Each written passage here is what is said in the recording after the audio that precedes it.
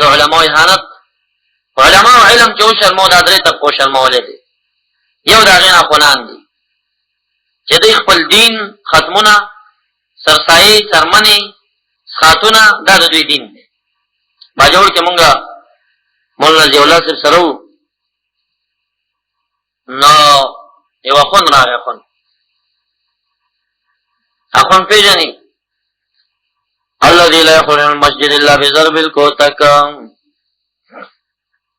واذا خرج فيهرول في السكك وينادي بأعلى صوته يطررك يا مورك انهم قد ضربوني بالسټک. جماعت نبی رکو ته کنوزی اجی کله څوک په زور وباسي کنه بیا چغې وهي مور یې وایي شړلم په سټکونه یې والم. یعنی علم یې نه وي او د علماو منصب یې نیولی وي. نو عالم خو حیثیت لري، دروند وي. نو دا بېغیرته مقتدي نه خپله بیبي خبره نه وي چې په سر یې درد دی، ادې پسې وی ورسېدلی کور ته. یاره چې وایي دا جمع کې مې چې کتل د طبیعت دې جوړ نه و. حاجي صاحب وایي داسې تا ته مې چې کتل نن داسې بې سوره وي که نه. دا د کشفي بچی دلته خبر شوی چې دا ښه نو دا دومره نقلې ورته کوي، نه دا چې بله وشړو شي عالم هلته راشي، نه دا خو نه شي کولی عالم چې اوس د چا پسې د مریض پوښتنه ښه کار دی، خو د دې تمې په نیت باندې ښه کار نه دی.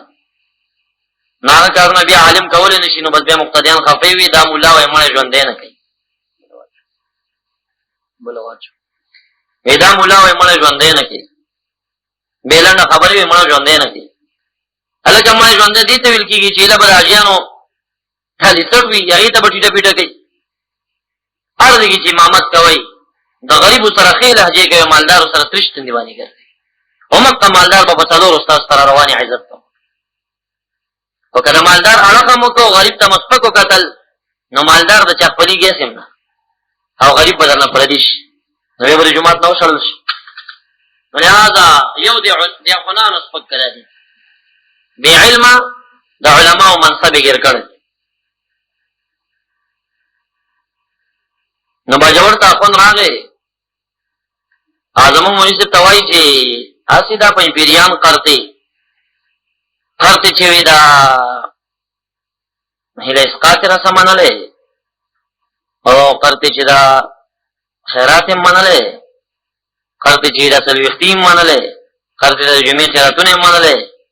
بیا هم اوس نور ډېر کار نه و چې هر څه یې کولی. زمونږ مولوي صاحب ډېر غوسه ناک و، نو د امسا منځ کې یو لویه پیشخو دننه کړې وه.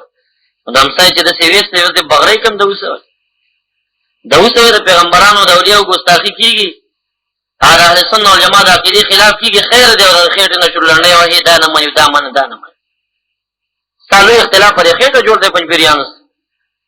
نادر شاه مولوي صاحب وایي الهه دې غریق رحمه کړي، وی یو ختم د چا غوښتم، یو غټ اخوند راغلی و ناستو، زه هم غلی کېناستم، وی دې کې یو شاتیم راغی کېناستو، وی خان راته وایي چې مولانا صاحب دا تاسو پنجپیریان په څه ورانې؟ وی ما ورته وایي چې زه څه خبر یم، دغه مولوي صاحب دی نو ده نه تپوس وکړه. چې مولوي صاحب ته وایي چې تاسو دا پنجپیریان په څه ورانې؟ وی خو مونږه جمعې شپې خیرات منو دوی نه مني، او مونږه څلوېښتي منو دوی نه مني، او مونږ کال منو دوی نه مني، او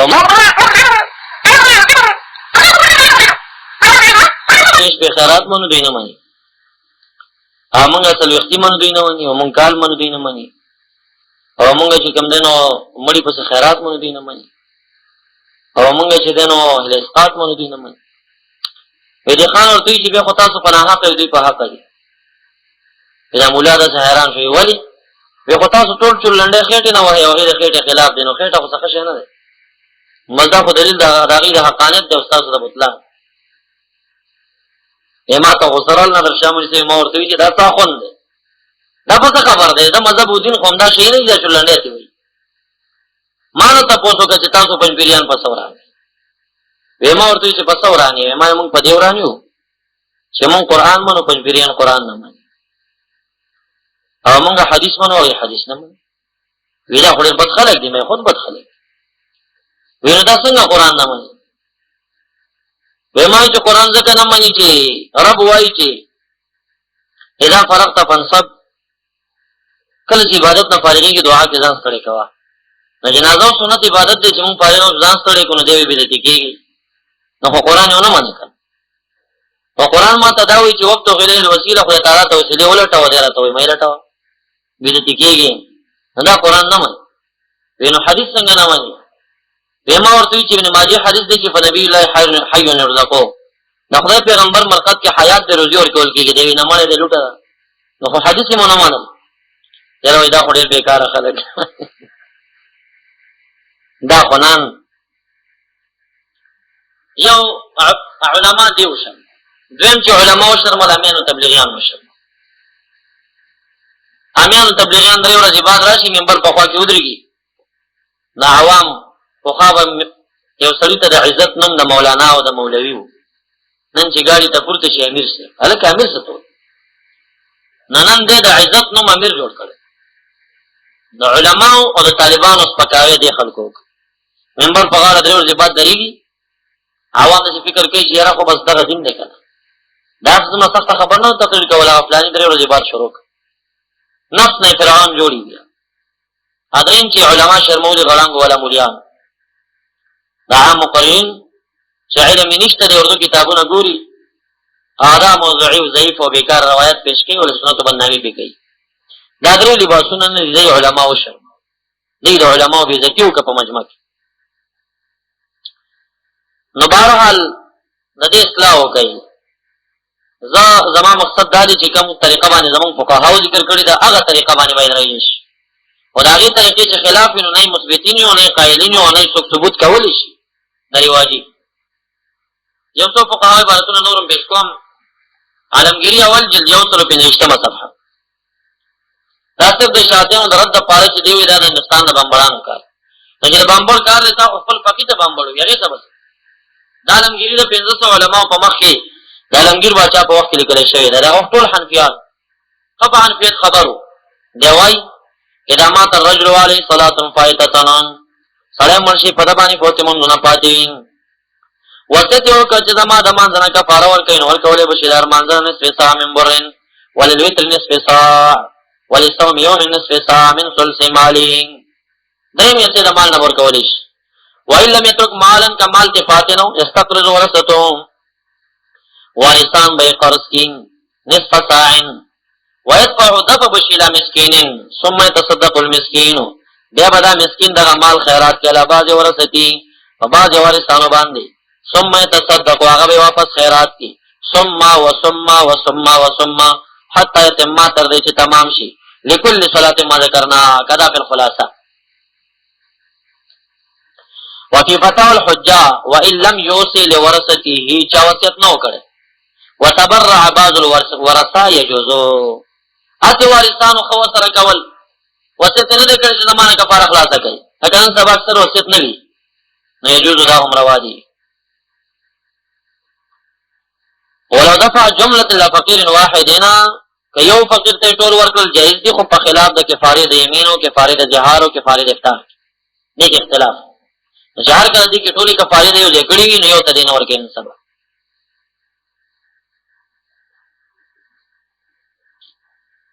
دا پتا ولنګي دا شان تحتوی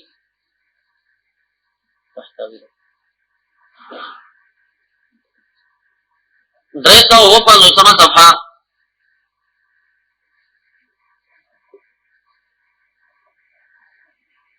په دې کې وایي چې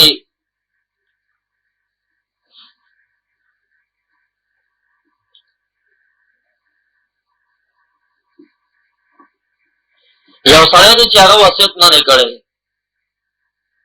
یا یې کړی دی خو چې هغه کم مال پاتې دی نو هغه لږ دی نه پوره کېږي. واراد احدنا التبرع بقلیل لا یکفي، یو سړی راپورته شو لږ مال یې راوړه نیکي ورته کوي چې هغه د هغه ګردن خلاصۍ ته نه و کافي.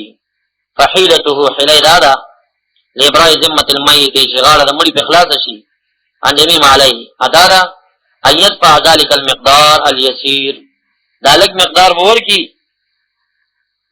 دا روژې او د مانځه مثل د هغې نه، ویاتي للفقیر اندازه به یې کړي چې دا د یو روژې نه شو یا څه شو، بیا به فقیر ته ورکړي بس قصد اسقاط ما يرغى الميت فدينيت باندې چې مړي باندې سو حق دی چې ساقط شي فيسقط عن الميت بقدره نو د مړي لپاره اندازه باندې حکم ساقطي ثم بعد قبضه يهبه الفقير للولي رسو د قبض نه بعد فقير او مسكين راپورته شي واپس به هبه کې ولي لرا او للاجنبي یا اجنبي لرا مسكين دي مسكين تور کې یا مسكين دي هغه وارث تور کې ويقبضه قبض دي کې واپس لتتم الهبه وتملك ملکیت هم حاصل شي هبه هم تمام شي قبض ضروري شو ثم يدفعه به دې دفع کې ما وبلوله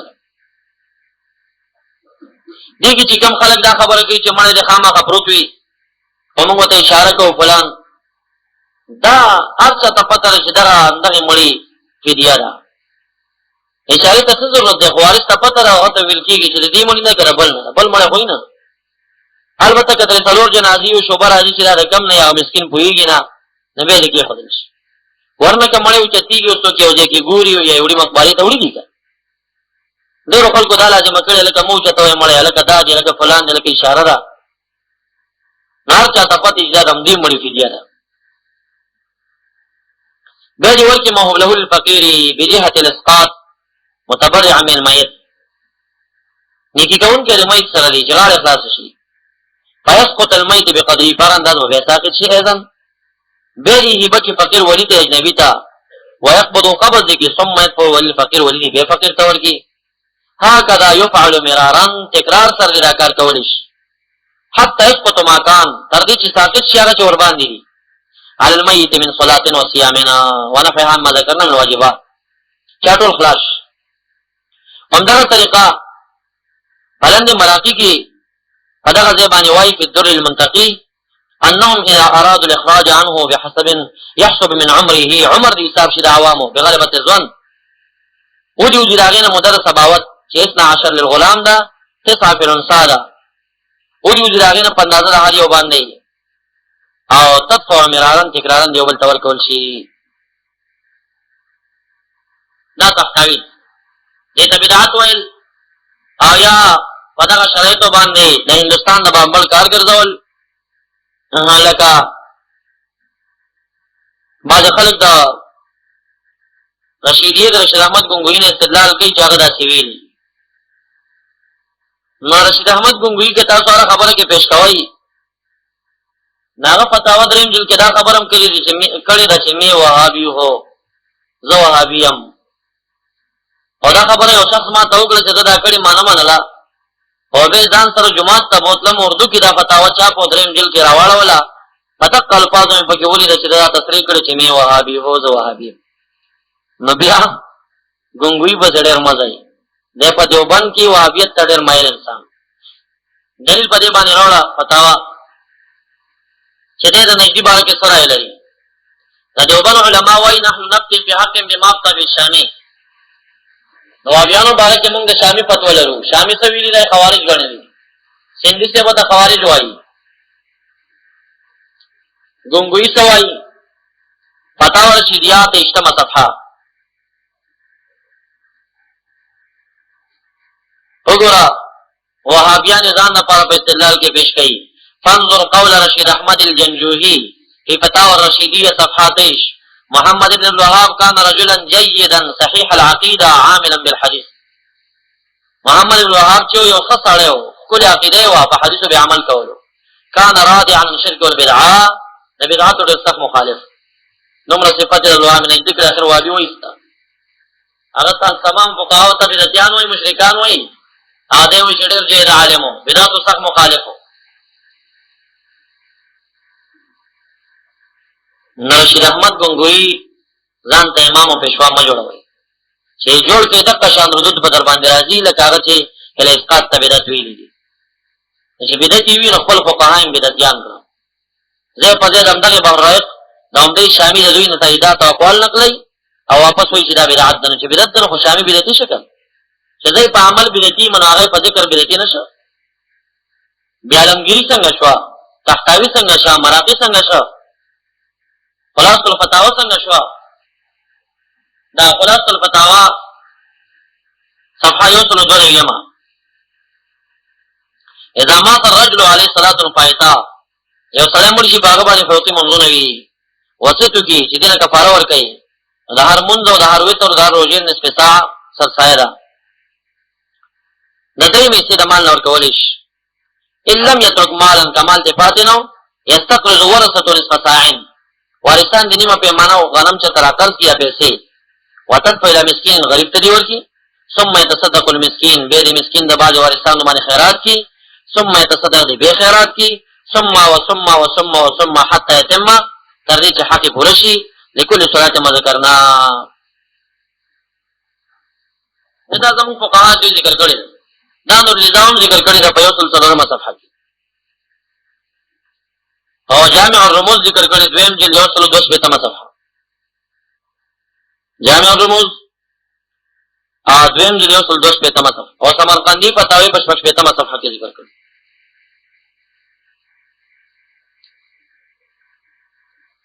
او حیله د اصحاب السبت د پرد کې نه پیش کړي اغل ته حیله د حلال او حرام وته دوی منع د ښکار نه او دوی ښکار کړو منع د ښکار نه او ښکار خپل کړو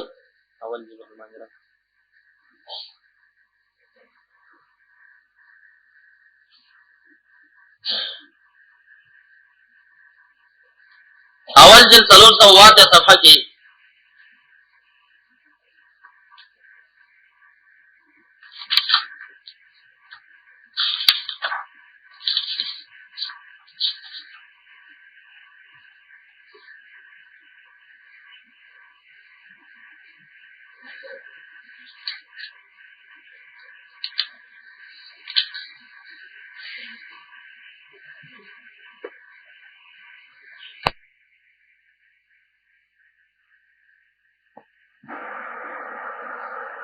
ولقد علمتم الذين اعتدوا منكم في السبت لديت فشرح كواي واستدل بهذا الآية على تحريم الحيل في الأمور التي لم تشرك ربا استدلال شوی پر ایت باندې چې حل حرام ده هغه کارونه کې چې روان نه ربا دې خبر ته ځای امام مالک څخه کړی دی فلا تجوین به حال یو حال کې روانه ده قال الكواشي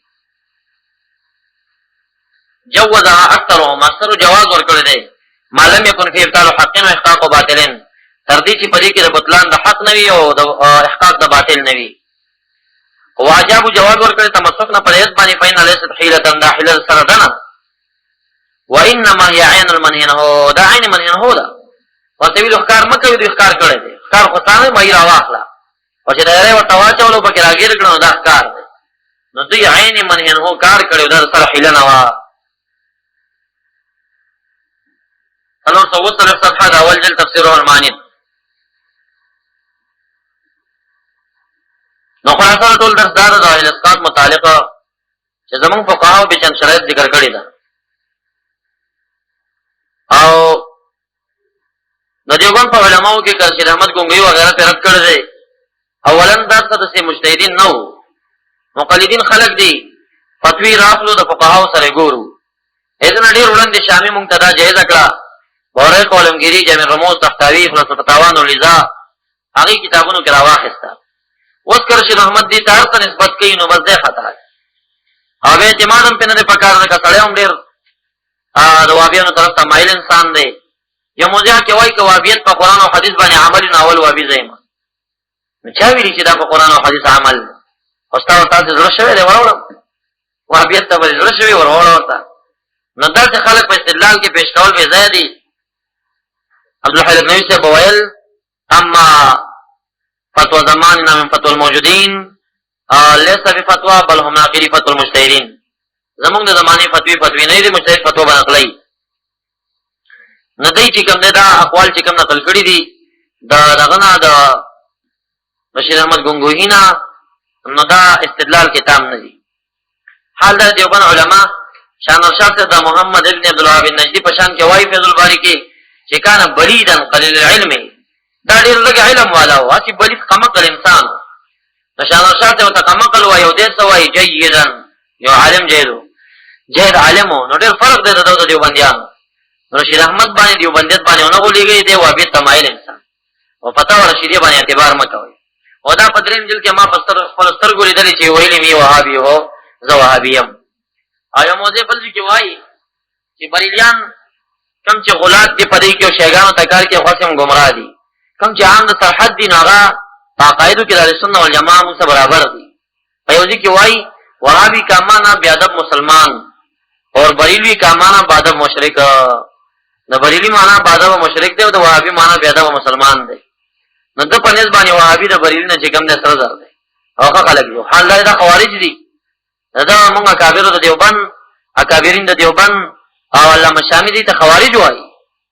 او بریلیان چې کوم شیګانو ته کار کې خاصم شیګانو ته غلاتو کې داخل دي او چې کوم هغه ته کار نه کوي او مذهب حنفي کې موږ سره برابر دي هغه سره در دي د وهابیانو نه نسبت سره حنفیت ته وي ډېر خدي دا وهابیانو نه دی خو ډېر ګمراه فرقه په نسبت سره وي طبيعه. نو مقصد مې دا دی چې شاه محمد ګنگوهي یا غیره بعضې به د رستو کې چا پیردونه کړي د هغې دپاره بس د دې زمانې مولیان کافي دي که د دې زمانې دیوبندیانو کې مفتي فرید صاحب د مقالات مطالعه کوي شرایط لګوي په دغه شرایطو باندې حیله جایزه ده او چې شرایط نه وي فقهاو په شرایطو برابر نه جایزه نه ده. د دیوبند په علماو کې حمدالله جان راجوي صاحب دی هغه په البصیر کې په الاسقاط باندې مستقل باب لګوي او متعدد دغه فقهاو عبارتونه نقل کړي دي.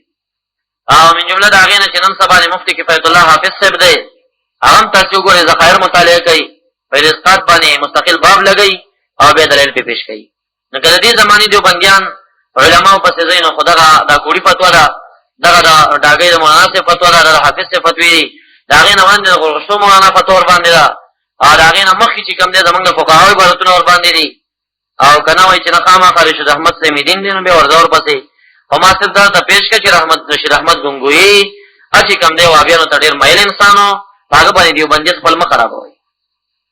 دا یو څو عبارتونه د فقهاو او په دې کې ما عرض وکړه چې دې زمانه کې افراط تفریط جانبیان نه شوی دی نقصانات زمونږ په حیلو کې هم شته د هغې به موږ او تاسو اصلاح وکړو. او کوم خلک چې چټ انکار کوي هغې تعصب نه کار اخلي چټ انکار په کار نه دی اصل حقیقت د مسلې موجود دی په کتابونو کې بس عوامو نه څه غلطۍ پکې کېږي د هغې اصلاح کول په کار دی. زما په خپله علاقه کې دا رواج کړې ده چې چا ما ته مشوره کړې ده بار بار مې تقاریرو کې ورته ویلي دي چې صاحبانو مړي باندې م توقف پاتې ما خبروئ ورباندې ما پوه کړي چې دومره پې منځونه یا روژې دي چې مالدار وي هغه پیسې ترې لرې کړم دایره پې نه کوم یم دا بېلې تقسیم تمام عمر حساب و محتیطن عوام دي منځونه یې فاسد شوي ځان نه خبر نه د هغې نه ډېرې روپۍ جوړېږي وس یې نه کېږي سلطمال هغې ته نه رسېږي نو ضرورت د وجې نه حیله ورته روا شي طالبان کښېنو حیله ورباندې وکړم په دغه طریقه.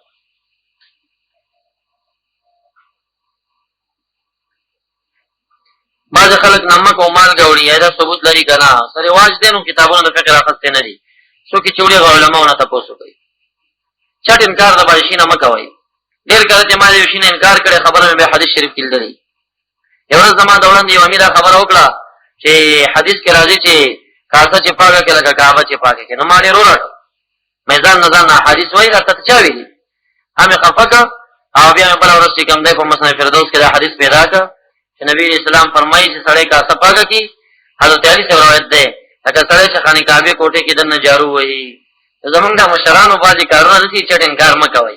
هغې لږ تپوس کوئ چې دا کوم عالم ویلي کوم عالم چې پکې داخل نه تپوس کوي دا چېرته تالیدلي. زمونږ دا سپین ږیري د افغانستان علما ډېرې مطالعې لري هغې څه جزیات د فقې مطالعه کړي او خبره کوي نو دا عادت جوړ کوي چې چا خبره کول نو ستا علم پې نو انکار مه کوه علمي کولي خو ته نه لرې کېدای شي هغه څوک چې کوي سره به څه دلیل وي په دې خبره باندې.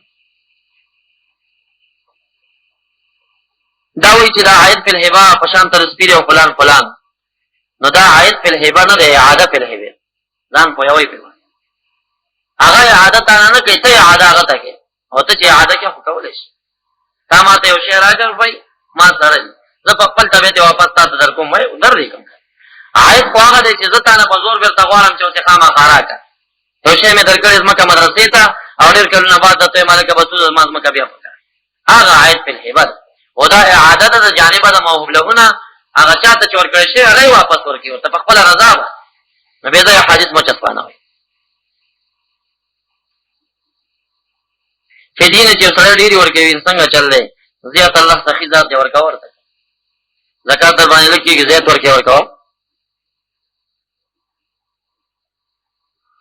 شب برات ته شپه خاص کول خاص منځونه او څه دې کې د فقهاو اختلاف دی.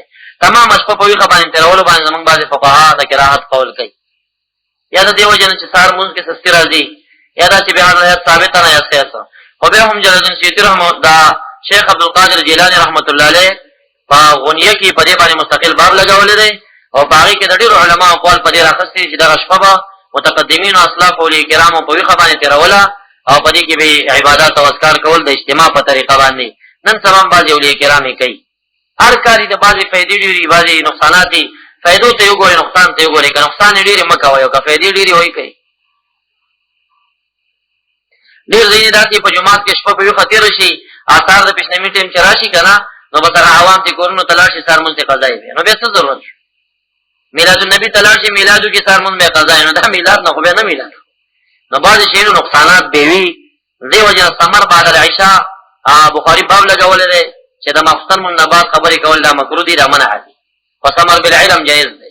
نو د علم مجالس روا دي، خو ځان نه هسې ګپ شپ جوړول چې سهار مونځ ته پکې تکلیف وي، تاجرو ته نه دي کول پکار. طالبان ټول په دې غضب اخته دي. بعض علاقو کې په کاڼي لیکل کېږي، په قبر باندې کېښول کېږي، او په دې کې فقها بهرایق او زموږ معتمدو فقهاو دا راخستې چې لیکل په قبر باندې دپاره د نوم خو آیتونه به نه لیکي.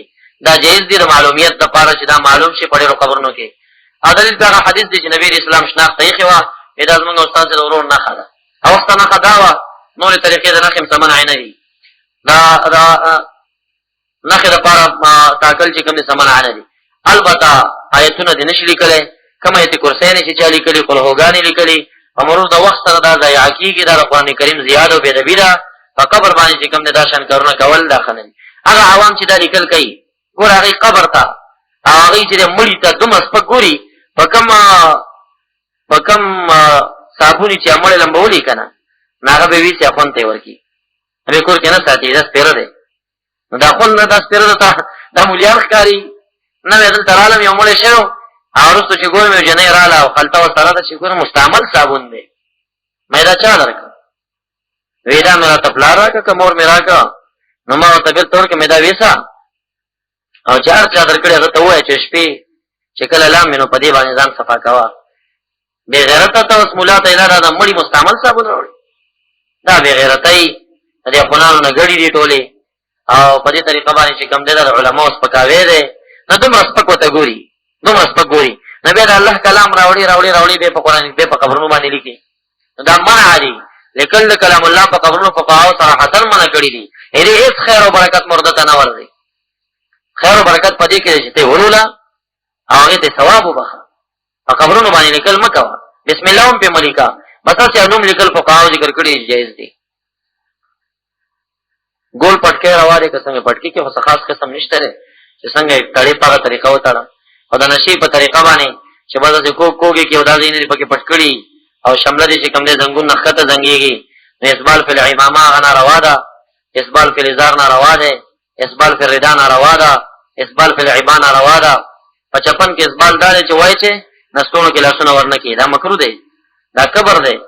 په څادر کې اسبال دا دی چې نور دې په غاړه اچولې او څنډه ځان پسې راکاږي، یا هسې داسې خلاص پرېږدې دا یوه څنډه واپس داسې واچوې کنوازۍ لپاره، دا منع دي. اسبال فی الازار چې کوم دی پیسې د خنګرو نه ښکته پرتې دا منع دي. اسبال فی العمامه هغه یا څلور ګوتې یو لیش یا څلور ګوتې ده شمله پرېښودل، او یا نصف ذراع ده، څنګل نه به نه اوږدې. خو که د ملا د آخري اډوکې نه شمله اوږده شوه نو دا به اسبال فی العمامه دی، دا به مکروه دی، دا کبر دی او ناروا دی. ډېر خلک تحریک کې طالبانو په د قنداریانو مشابهت کولو، پټکي به یې داسې راکاږه کړل، ته به یې کېښوده.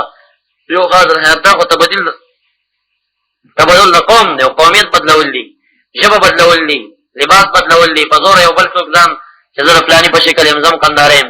دا ډېر د اوس او د بېکاره سړي کار دی. خپل قومیت مه بدلوئ چې د هر قوم خلک یې بس مکه قومیت ښه دی.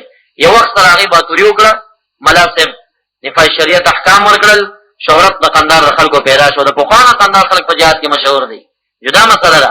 اوس چې خدای قنداری کړی نه وي نو په کوک پټکي خو قنداری کېږي نه که نه، نه په باره باندې قنداری کېږي. نو دا بېکاره ژبې دا مه کوئ.